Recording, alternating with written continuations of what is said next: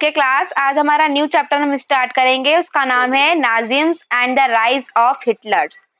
इस चैप्टर के अंदर आपको पढ़ना है कि जो हिटलर्स हुआ करते थे। हिटलर्स कौन थे? हिटलर्स हम किसको बोलते हैं? जो कि जेल में जो लोग होते हैं उनको अच्छे से फंक्शन कराने के लिए जो लोग होते हैं, जो हेड होता है ना, उसको हम हिटलर बोलते हैं। ठीक है, आगे चैप्टर हम स्टार्ट करते हैं direct. In the spring of 1945, a little 11-year German boy called Helmut was lying in bed when he overheard his parents discussing something in serious tones. 1945 की बात है। 11 साल का जर्मन बॉय जिसका नाम हेलमुथ है, वो अपने बेड पर लेटा हुआ है क्योंकि उसके पेरेंट्स जो है वो कुछ स्पेशल डिस्कशन कर रहे हैं। ठीक है, his father a prominent physician deliberated with his wife whether the time had comes to kill the entire family or if he should commit suicide alone. उसके पापा बोलते हैं कि अगर मतलब बहुत उससे बोलते हैं कि अगर ऐसा टाइम आता है कि कोई जिस समय वो मर जाते हैं या उनकी पूरी फैमिली मर जाती है या फिर वो खुद ही अकेले सुसाइड कर लें, तो his father spoke about his fear of revenge, saying, "Now the allies will do to us what did the Crypt and Jews." जैसा मतलब कि जीसस और इन लोगों के साथ में हुआ था वैसा इनके साथ ना हो जाए, है ना। द नेक्स्ट डे ही टूक Helmont to the wood where they spent their last happy time together singing old children's song. Later Helmut's father shoot himself in his office. क्या हुआ फिर उसके अगले ही दिन जो हेलमट के फादर थे वो एक बहुत अच्छी जगह लेके गए चिल्ड्रंस के साथ में, उन्होंने बहुत एंजॉय किया और उसके अगले ही दिन उन्होंने उनके ऑफिस में खुद को शूट कर लिया। Helmont remembers that he saw his father bloody uniform being burned in the family fireplace. तो फिर उन्होंने हेलमट ने क्या अपने पिताजी को देखा कि उनकी जो यूनिफॉर्म है पूरी वो कैसी हो गई है, खून में हो गई है। प्लस जो उनके फादर हैं उनको उनकी फैमिली वालों ने जलाया। सो traumatized was he by what he had overheard and what had happened, that he reacted by refusing to eat home for the following 9 years. He was afraid that his mother might poison him. मतलब उनसे जब पूछा गया कि क्या problem थी तो उन्होंने उनका कहना क्या था कि उनको ऐसा लग रहा था कि उनकी मम्मी उनको खाने में जहर मिला करके दे रही है। 9 साल से वो घर का खाना नहीं खा रहे थे। Although Hellman may not have realized that it means his father had been a Nazi and a supporter of Adolf Hitler. जो हेलमन थे उनको ऐसा कभी भी लगा नहीं कि ऐसा हो सकता है। उनके जो पिताजी थे वो कौन थे? नाजी, है ना, नाजी और सपोर्टर ऑफ एडोल्फ हिटलर के सपोर्टर थे। ठीक है, नाजी मतलब एक जर्मन का पॉलिटिकल ग्रुप बोल सकते हैं या कुछ दल हुआ करता था जिसके वो या तो फिर मेंबर थे या तो फिर उसके हेड थे। You probably know of Hitler's discriminations to the make Germany into a mighty power and his ambitions of conquering all of the Europe. उनका सपना क्या था कि पूरे यूरोप पे वो क्या कर ले, पूरे यूरोप को हासिल कर ले वो। You may have heard that he killed juice. आप लोगों को पता ही होगा या आपने सुना ही होगा कि उन लोगों ने क्या किया था, हिटलर ने ज्यूस को क्या कर दिया था, किल कर दिया था, मार दिया था। Nazism was not one or two isolated act, it was a system, a structure of ideas about the world and politics, है ना। नाजी क्या है, सिर्फ एक या दो लोगों से मिलकर के एक एक्ट नहीं बनाया, ये सिस्टम है पूरा जिसके अंदर लोग अपने आइडियाज को बताते हैं कि उनको वर्ल्ड को कैसे चलाना और पॉलिटिक्स कैसे चलानी है। Let us try and understand what Nazism was all about. अब समझते हैं कि नाजिम है क्या और क्या था इनका। Let us see why Helmuth's father killed himself and what basis of their fear was. अब देखते हैं, आगे पढ़ते हैं कि जो हेलमन के पिताजी थे वो उन्होंने क्यों सुसाइड अटेम्प्ट किया और उनका क्या मतलब डर था उनको, है ना। In May 1945 Germany surrendered to the Allies. जो 1945 में क्या था, जितने भी जर्मन थे, है ना, उन्होंने सरेंडर कर दिया था खुद को अलाइज के सामने, मतलब जितने भी सहयोगी दल थे उनके, उनको सबको उन्होंने सरेंडर कर दिया था। Anticipating what was coming, Hitler, his propaganda minister Goebbels and his entire family committed suicide collectively in his Berlin bunker in अप्रैल।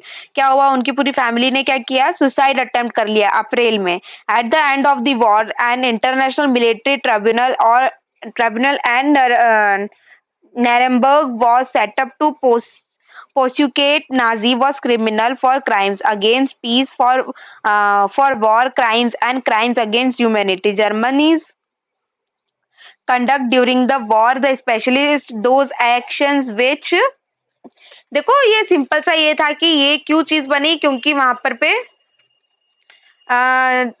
लोग अपने आप को खुद से ही शूट कर लेते थे, है ना, जो भी क्राइम होता था। तो Nazi was war criminal for crimes, जो नाजी के जितने भी क्रिमिनल्स थे वो क्यों थे, वो इसके क्राइम्स के अगेंस्ट थे, कि उनको पीस चाहिए थी, है ना, उनको पीस मतलब शांति चाहिए थी। ठीक है, आगे लिखा है, under the shadow of the second world war Germany had waged a genocidal war. अभी जेनोसिडल वॉर। तो क्या हुआ, जितने भी सेकेंड वर्ल्ड वॉर के टाइम पे जर्मन जितने भी थे उनका जेनोसियल वॉर, मतलब इसका हिंदी मीनिंग है आपका नरसंहार वॉर। नरसंहार युद्ध मतलब कि ये था कि जितने भी लोग थे किसी पर्टिकुलर ग्रुप के, उनको मार दिया गया था, है ना, विच resulted in the mass murder of selected groups of innocent civilians of European. उसका मीनिंग बता दिया है कि किसी पर्टिकुलर ग्रुप के लोगों को उनका क्या कर देते थे, वो उनको मार देते थे। The number of people killed including 6 million juice, 2 lakh gypsies, मतलब आप समझ रहे हो, इतने लोगों को वो लोगों ने क्या किया था, मार दिया था। आगे पढ़ते हैं, the नरमबर्ग tribunal sentenced only 11 leading Nazis to death. Many other were imprisoned for life. जो दूसरे थे उनको उन्होंने मार दिया, है ना, और फिर उसके बाद में कुछ ने अपनी लाइफ को इम्प्रूव करने के लिए कदम आगे बढ़ाया और उन्होंने वहां से हट करके दूसरी जगह गए। The retribution did come, yet the punishment of Nazis was far short of the brutality and extent of their crimes. The Allies did not want to be harsh on defending Germany as they had been after First World War. क्या हुआ, allies मतलब क्या बताया मैंने, जितनी भी सहयोगी दल की पार्टीज थी वो लोग नहीं चाहते थे कि यहाँ पर जर्मनी हार जाए, है ना, उन्होंने पहले फर्स्ट वर्ल्ड वॉर में देख चुका था कि जर्मनी की क्या क्या चीजें ऐसी गलत हुई थी, है ना। Everyone come to feel that the rise of Nazi Germany could be partly traced back to German experience and end the First World War.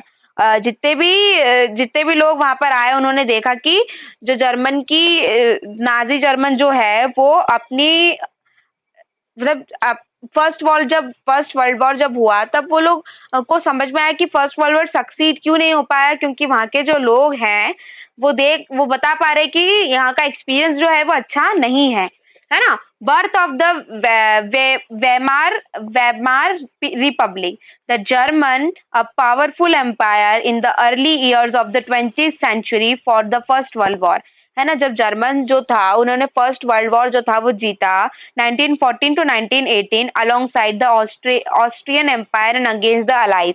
उन्होंने किसके खिलाफ लड़ा था, ये अलायंस के और ऑस्ट्रियन के। अलायंस मतलब हम लोग इसके प्रीवियस चैप्टर में शायद चैप्टर 1 में हम पढ़ चुके हैं कि अलायंस किसका बना हुआ था, इंग्लैंड, फ्रांस और रशिया का बना हुआ था, है ना, और उन लोगों को इन्होंने हराया था फर्स्ट वर्ल्ड वॉर में। all joined the war enthusiastically hoping to gain from a quick victory. सभी लोगों ने क्या किया था, जो वॉर था वो सभी लोगों ने पार्टिसिपेट किया था बड़ी इंटरेस्ट के साथ में, ठीक है, ताकि उन लोगों को विक्ट्री मिल जाए, जीत हासिल हो जाए। Little did they realise that the war would stretch on eventually draining Europe of all its resources. Germany made essential gains of occupying France, Belgium. However, the alliance strengthened by the US entry in 1917 won defending Germany and Central Power since November 1918. देखो क्या हुआ कि बहुत सारे लोगों ने सोचा कि इस वॉर को थोड़ा हम स्ट्रेच कर दें, मतलब थोड़ा और बढ़ा दें, है ना, पर इवेंचुअली हुआ क्या कि वहां की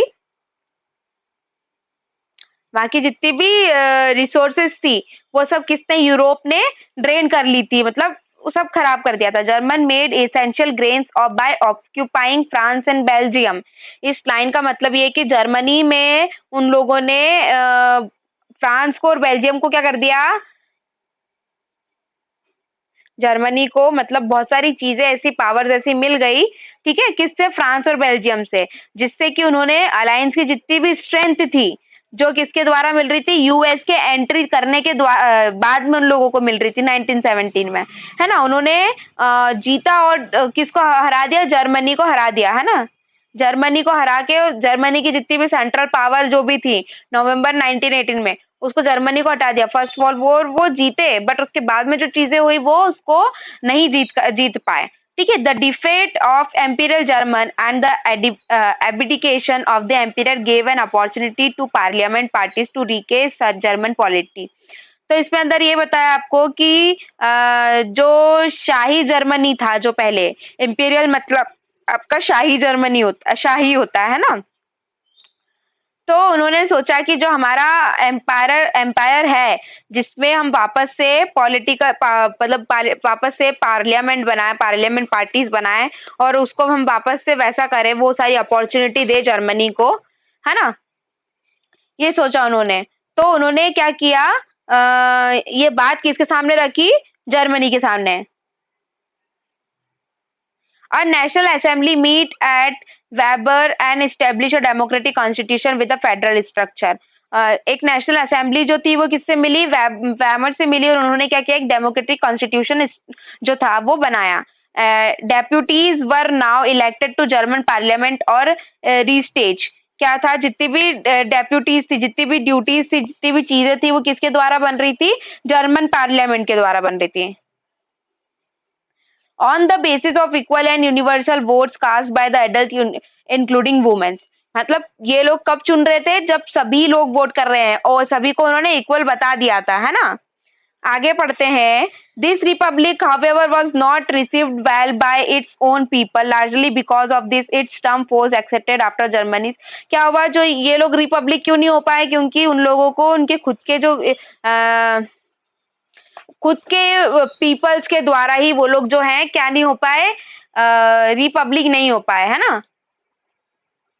because of the term it was posed by except after Germany.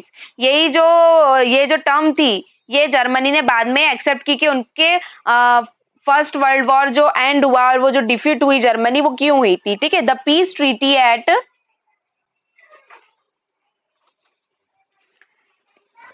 Versailles with the Allies was harsh and humiliating peace. Germany lost its over colonies, 10th its population, 13% of its territory, 75% of its iron and 26% of its coal to France, Poland, Denmark and Latin। इतना इतना part क्या करा, किसने ले लिया, in part France ने, Poland ने, Denmark, लेथनियन है, इन सब ने क्या किया, ये सारा पार्ट जो था 70% ऑफ आयरन का, 26% ऑफ कोल का, जो जर्मनी में ये सारा पार्ट था, है ना, वो सब इन्होंने ले लिया। Allied power demilitarise Germany to weaken its power. जो अलाइड पावर थी वो जर्मनी की पावर को कमजोर कर रही थी। अलाइड पावर मतलब कि दो चार दल मिल करके एक सहयोगी दल बनाते हैं। सहयोगी दल कहने का मतलब कि आपका, जैसे आपका कुछ दूसरा ग्रुप है, सामने वाले का कुछ दूसरा है, किसी और का कुछ दूसरा है, तो उन लोगों ने मिलकर के क्या बनाया, एक सहयोगी दल बनाया, है ना। The war guilt clause held Germany responsible for the war and damage the allied countries suffered. उनके बाद में क्या हुआ, एक वॉर हुआ जिसके अंदर जर्मनी जो था वो पूरी तरीके से रिस्पॉन्सिबल था कि जितनी भी अलाइड कंट्रीज थी उनको डैमेज कर दिया था जर्मनी ने, ठीक है। Germany was force to pay the compensation amounting to 6 billion, है ना। जब कुछ उन लोगों ने इतना कुछ डैमेज कर दिया था, तो उन लोगों को, जर्मनी को क्या बोला कि आपको 6 बिलियन जो है यहाँ पे देने पड़ेंगे। The Allied armies also occupied the resources rich Rhine-Line for much of the 1920s. Many Germans held New Weimar Republic responsible for not only the defeat in the war but the disgrace at Versailles। तो क्या हुआ, उन लोगों ने फिर इस चीज के लिए आवाज उठाई और क्या बोला, जितने भी अलाइन कंट्रीज थी जिनको डैमेज हुआ, उन लोगों ने क्या किया, मांग की कि अब आपको हमको कितने देने पड़ेंगे, 6 बिलियन देने पड़ेंगे, है ना?